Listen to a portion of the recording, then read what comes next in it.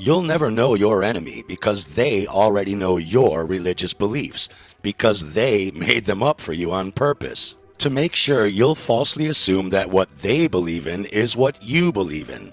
Your literal supplied versions of Satan and Lucifer as beings are not even close to their occulted allegorical meanings of Satan and Lucifer. They're as different as apples and oranges, so they just laugh at you, because they never gave you the esoteric knowledge to figure out what their symbols really mean or what they really know and hide from you in order to control you. But I digress. Back to your Virgo oils. It is very interesting to find that the Middle English word for marrow is merry. Marrow is the highly vascular, soft tissue which fills the cavities of most bones. As the marrow of the long bones is said to contain 95% fat, it will be seen that it is practically a thick oil. Merry, marrow, oil, fat, and Virgo are all synonymous. In nature, quintessence, or the fifth element, allocates with ether, which has a powerful attraction for oil, its material counterpart in the human body. Thus, combustion is caused. But it must be remembered that oil varies in quality in each individual, just as many grades of oil are found in the earth. As compared with oil in other parts of the body, that in the spinal canal is the most refined oil. The Christ, Christos, the good stuff. For those into gematria, in Hebrew the letters I, Y, and J are all the same, so the word oil can be spelled O-Y-L instead of O-I-L, which gives us 29. 9 plus 2 equals 11, the reverse reduction value, and 11 is 1 plus 1, which equals 2 in full reduction numerology. 2 allocates with the second letter of the Hebrew alphabet, or Beth. Virgo is Bethlehem. Mary, the bowels, solar plexus nerves, oil, sulfate of potassium. August, where Mary gives birth to the Christ in Bethlehem in August. In Tarot, the letters that spell the word oil mean O, the entrance of the Holy Spirit or ether into physical matter, its visible manifestation from the invisible. I, potential force, or as the Hindus call it, Vishnu, the preserver, and L, or Lamed, meaning the expansive movement of a balanced nature. All three letters combined literally mean the visible manifestation of energy, oil. Oil is truly a fuel, a solvent, a lubricator, and a purifier for man's body, as well as for machinery. Oil preserves our bodies and our machines, and it's no accident the word equals the Hebrew letter Beth, or Bethlehem, Virgo. There she is, drawn out by ancient man in the stars above. The ancient name for the sign Virgo in Hebrew, long before Jesus was allegedly born, is Bethula, which means a virgin, and in Arabic, Bethula means a branch. The two Hebrew and Arabic words are actually connected, as in Latin, Virgo, which means a virgin, and virga, which means a branch. But how are they connected? Virgo the Virgin is holding a branch in her left hand, and you can find it because the brightest star in the constellation, Alzamach, is located in the branch she is holding, not the woman herself. The brightest star in Virgo has an ancient name, handed down to us in all star maps, in which the Hebrew word samek, or branch, is preserved. The star in Arabic is called Al-Zimak, which means also the branch. I apologize to the Jews and Arabs for butchering their language pronunciation, but what branch are they talking about? Virgo is the solar plexus, the large network of sympathetic nerves and ganglia located in the peritoneal cavity behind the stomach and having branching nerve tracts right where the sacrum is located. There they are. You can see them in red and yellow. They look just like a system of branches coming off of a root stem. Oil's value as a medicine was well known by our ancients. Its recognition as a neutralizer of poison is proved by the following quotation from the Odes of Horace, like poison loathes oil. It was proven in the early 1900s that leprosy can be cured by the use of a certain oil. In old age, the human body is very low in oil, a simple potassium sulfate deficiency, and hence looks dry and shriveled. skin, hair, intestinal tracts and bones, bone marrow, oil, all require their full quota of oil. The fluid of the lymphatic system must have sufficient oil. It is said that the oceans contain enormous quantities of sulfate of potassium, in addition to the other three combinations of this potassium salt. But it is also found fossilized in alluvial soil from flowing stream and river deposits. The German agricultural and biological chemist Liebig stated in the mid-1800s that potassium is the essential alkali of the animal body, and this is true of the human body. In combination with sulfur, it forms oil, or kalisulf, potassium of sulfate. It is said that the body of sheep contain a huge quantity of this salt, which may be the reason why mutton fat is supposed to possess enormous healing qualities.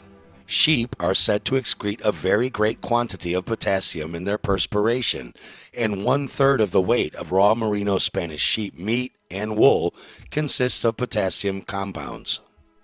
I grew up Roman Catholic and sat in church every Sunday with these sheeple, pun intended, cluelessly singing, "Lamb of God, you take away the sins of the world, have mercy on us." And this moronic shepherd leading the flock of sheeple was none the less wiser than I was about what we were really singing about. Aries, your cerebrum, the ram or lamb of God, the alpha, and the beginning of your spinal cord down to Virgo, the omega, the sacrum. I am the alpha and omega.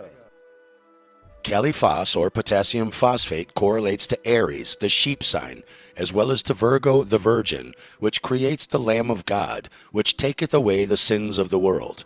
As sin means deficiency and also disease, the statement is clear.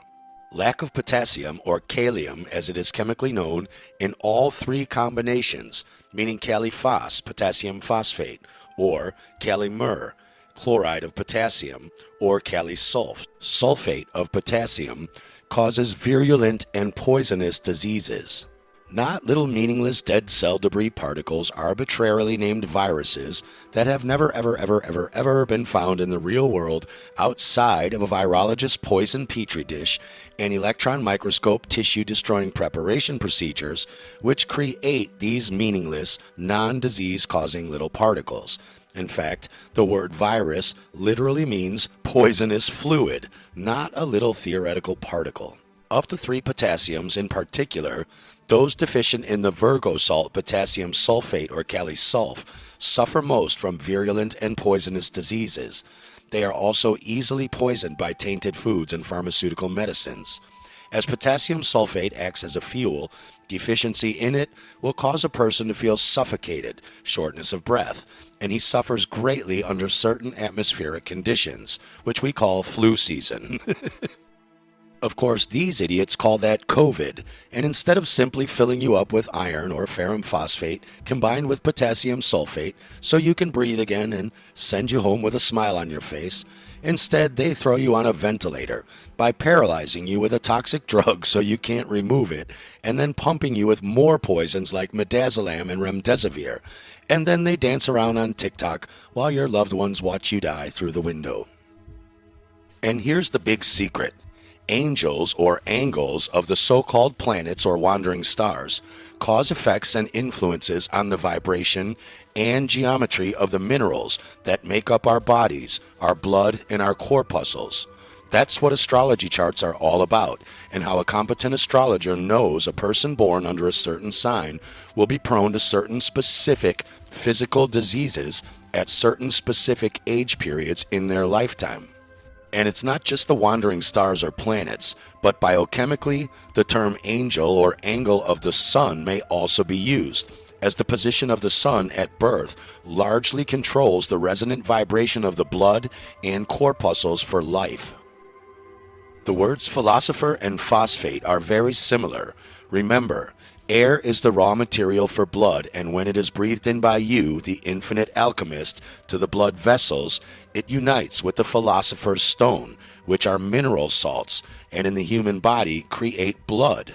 So when the philosopher Paracelsus said, "Know that the philosopher has power over the stars, and not the stars over him," he was cryptically telling you that a biochemically or alchemically perfected mineral body and blood will resonate perfectly with the electrophysiochemical fields around us, and you will be in harmony or ease, not disharmony and dis-ease or diseased. And you can throw this stuff in the garbage because it will no longer have any effect on your being.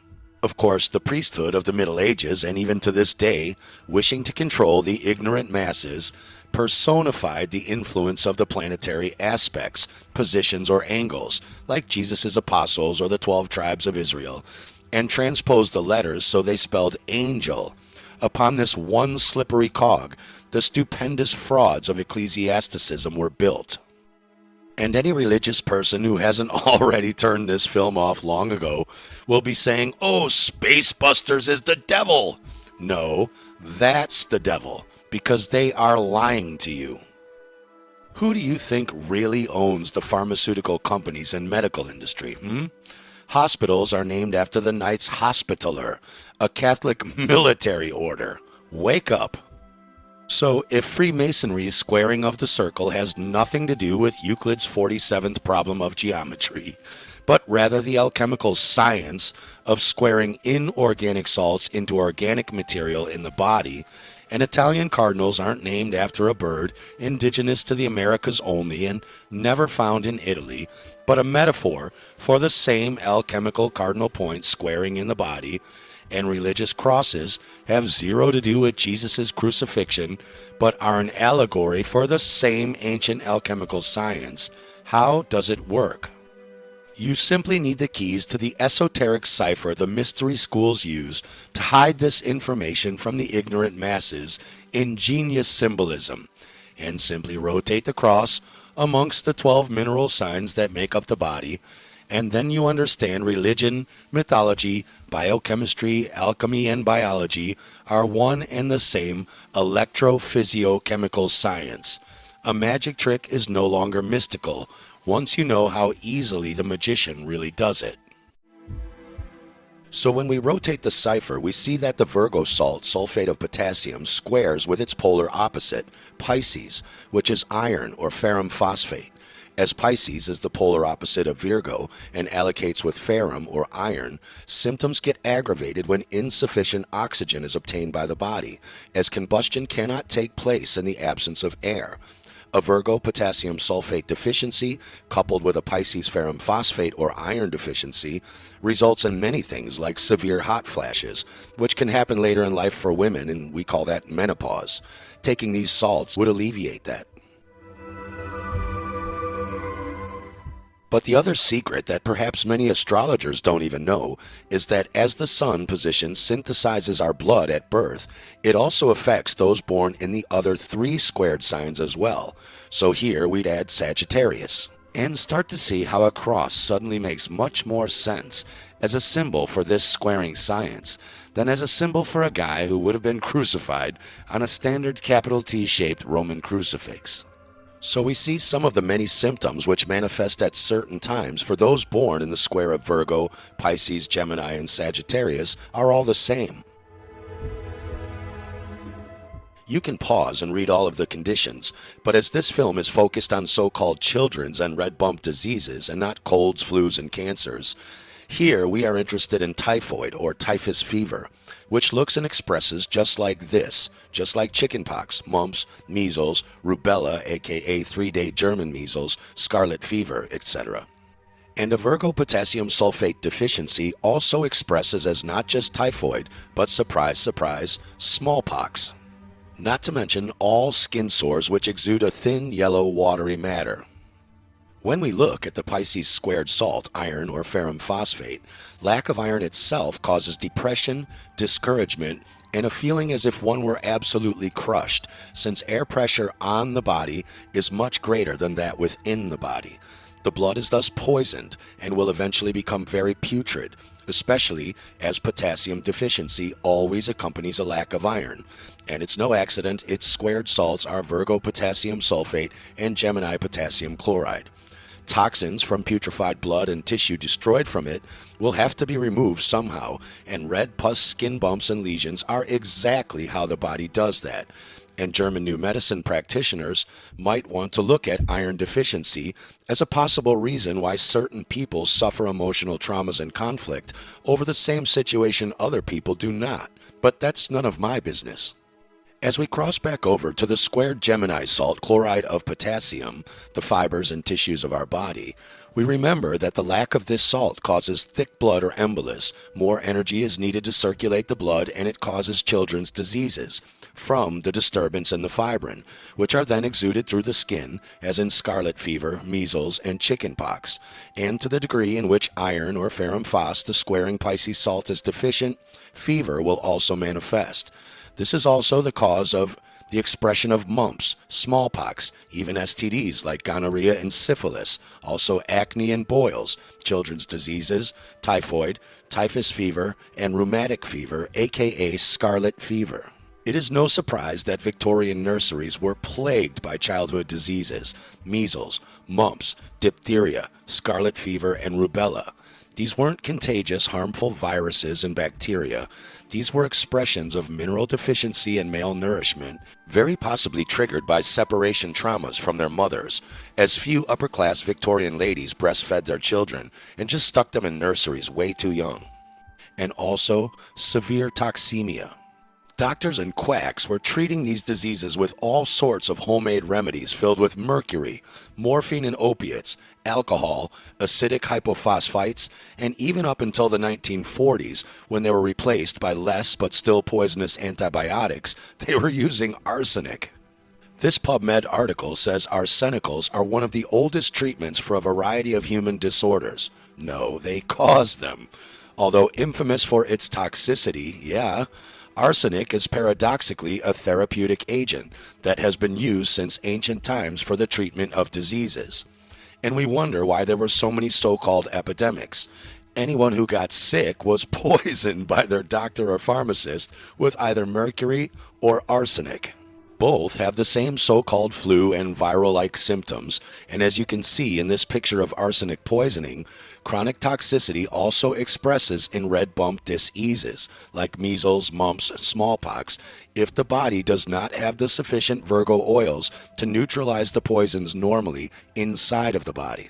Victorian employers had no duty to safeguard the health of their employees.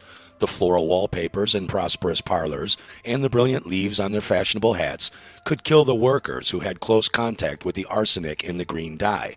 The French long suspected the British of poisoning Napoleon in his prison on St. Helena by decorating his bedroom with green patterned wallpaper.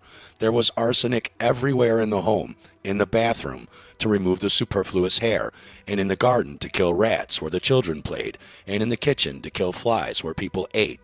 A desperate wife had the means to murder her husband easily to hand, and sadly, her children if she wanted.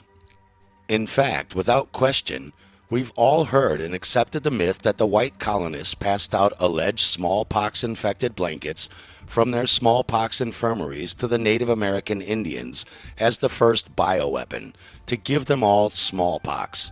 We don't ask where that story came from, or who was brave, crazy, or stupid enough to pass out these blankets without fear of catching smallpox themselves during these alleged trades.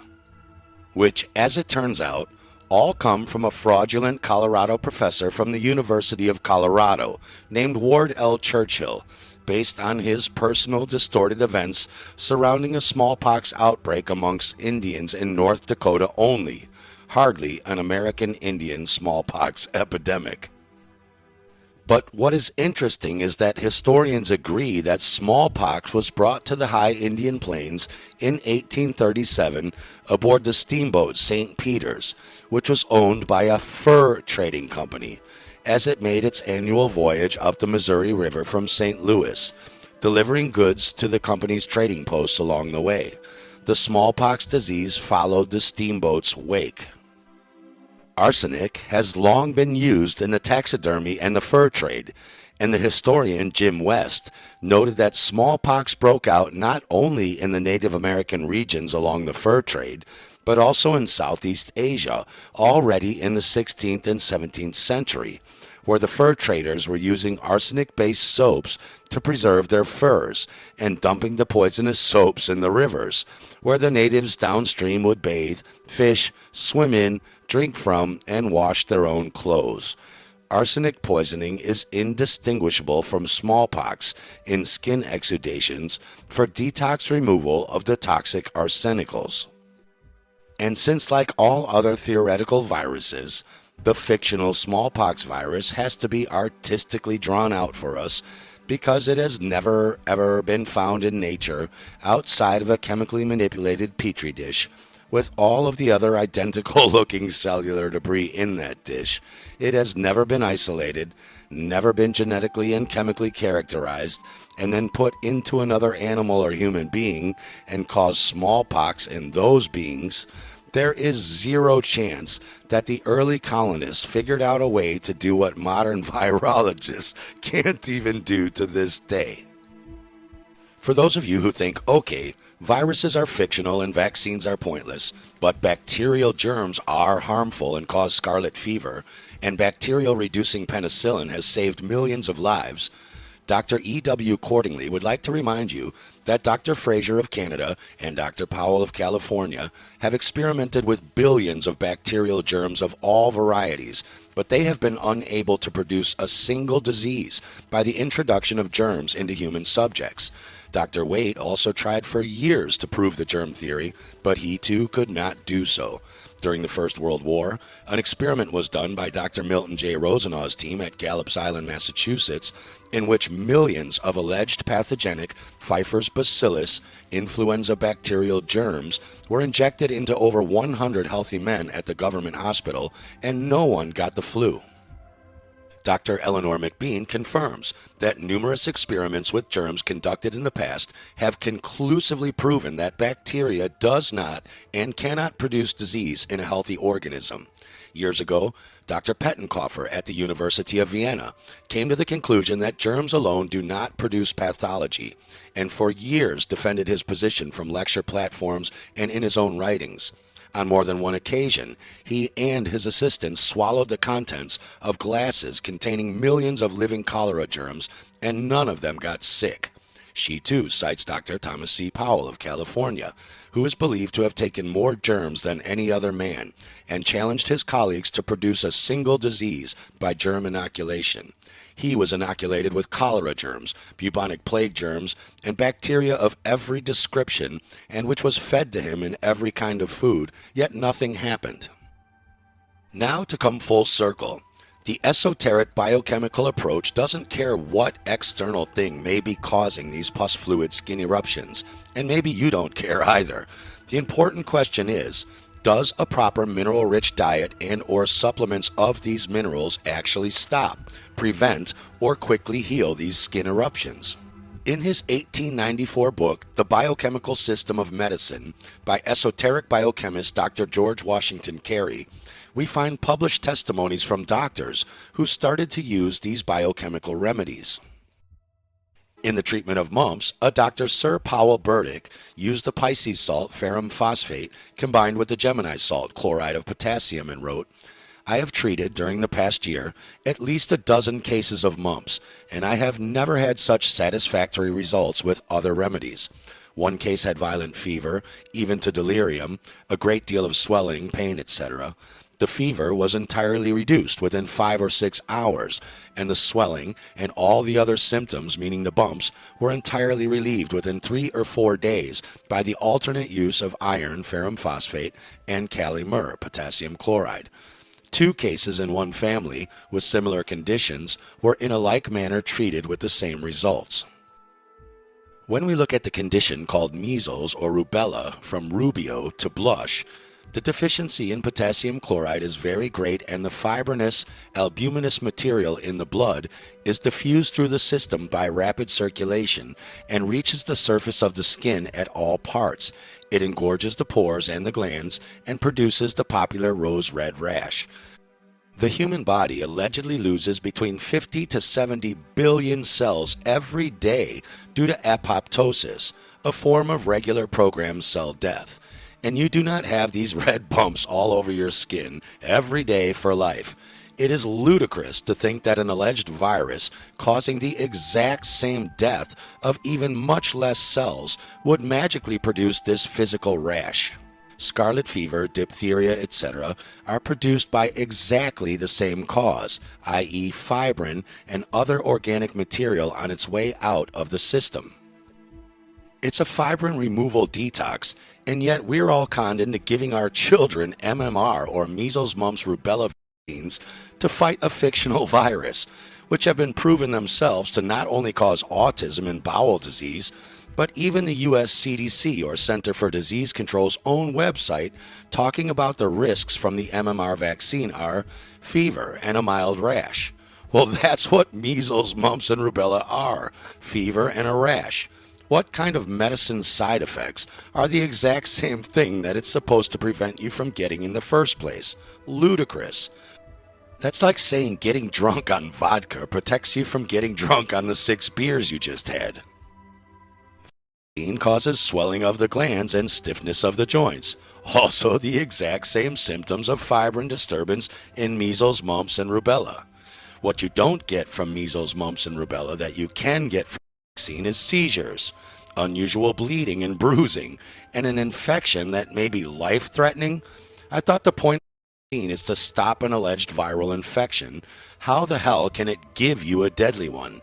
You can faint, have vision changes or ringing in the ears, and there is a chance of a severe allergic reaction or anaphylaxis, other serious injury, or death.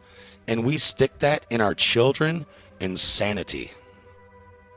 Or you could just give them Pisces iron, ferrum phosphate for the inflammatory conditions, fever, redness of the eyes, and congestion, then Gemini chloride of potassium for the swelling of the glands, and Virgo sulfate of potassium for the red bump rash, with no chance of autism, bowel disease, or death.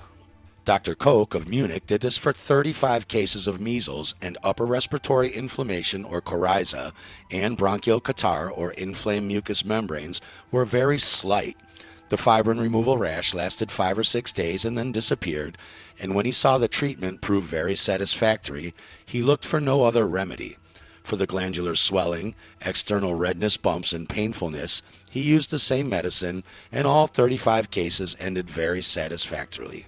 Measles is no big deal for a mineral-efficient body. But what about the allegedly deadly and almost always fatal smallpox, blamed on the fictional contagious variola virus? Like most of us, this paranoid, indoctrinated dumbass has no clue that he could have just walked in there in shorts and a t-shirt, opened and mixed all of those smallpox vials into his tequila sunrise cocktails, drank them all down, and wouldn't ever break out with smallpox. Smallpox, or variola, is caused, according to biochemistry, by a large amount of organic matter becoming non-functional, and in being thrown out of the body through the skin, causes the red bump skin eruptions. This decaying organic matter, which is heteroplastic accumulation, meaning it turns into a different form of tissue, kind of like cartilage turns into bone, within 2 weeks passes through a period of blistering, pustulation, and incrustation. Whatever you think about the origins of smallpox, one thing has been proven to the satisfaction of every biochemist, that there must first arise a deficiency in Gemini potassium chloride, the cell salt which controls fibrin, before the material which causes the lesions and the eruptions is thrown out of the vital circulation and reaches the skin. As we have discussed ad nauseum for the last 2 hours, the real pathology of smallpox and measles is the same. They are not different diseases caused by different fictional viruses. Smallpox may seem catching, but there must first be a deficiency in the blood of certain salts of the one who allegedly catches it. Remember, these are germ theory assumptions that smallpox was somehow a transmissible disease and not caused by other mental or local toxin factors like arsenic. Once again, ad nauseum, Pisces iron or ferrum phosphate for the fever disturbances, Gemini chloride of potassium or Kali myrrh to control the formation of the pustules, Aries the cerebrum potassium phosphate or Kali phos to stop blood decomposition, putrefaction, and the mental stupor and exhaustion, and our Virgo Kali sulf or sulfate of potassium to assist exfoliation of dead skin and facilitate the formation of new skin, and a few other salts we have not discussed in this film. A Dr. M of Muncie, Indiana, who has had a number of smallpox cases during the epidemic or poisoning event in that city the past few months, he says, I am exceedingly glad to be able to report favorably the action of the Dr. Schussler tissue salt remedies in the cases of smallpox in which I have used them this summer. The cases, while rather severe while at their height, resulted most favorably under the tissue remedies than did those treated by my friends or colleagues who used variolinum, melandrinum, phosphoric acid, and baptisia. The pustule formations were not so well marked as in some of the cases treated by the others, and I am well satisfied with the result and think this dreaded smallpox disease can, if taken at once in the first stage, be handled without difficulty, with a decreased mortality, with the Pisces, Gemini, and Virgo salts. Today, you won't find an allopathic doctor who knows anything about biochemistry and cell tissue salts, and you'd have to go to a very switched-on naturopathic doctor who does their homework, like my good friend and personal doctor, Dr. Amanda Vollmer. Of course, it is claimed that smallpox was eradicated by vaccines in September 1980, followed by a measles outbreak 4 months later in 1981 in Australia, which is the same exact thing as the alleged eradicated smallpox with a different name, since the pathology of smallpox and measles is exactly the same.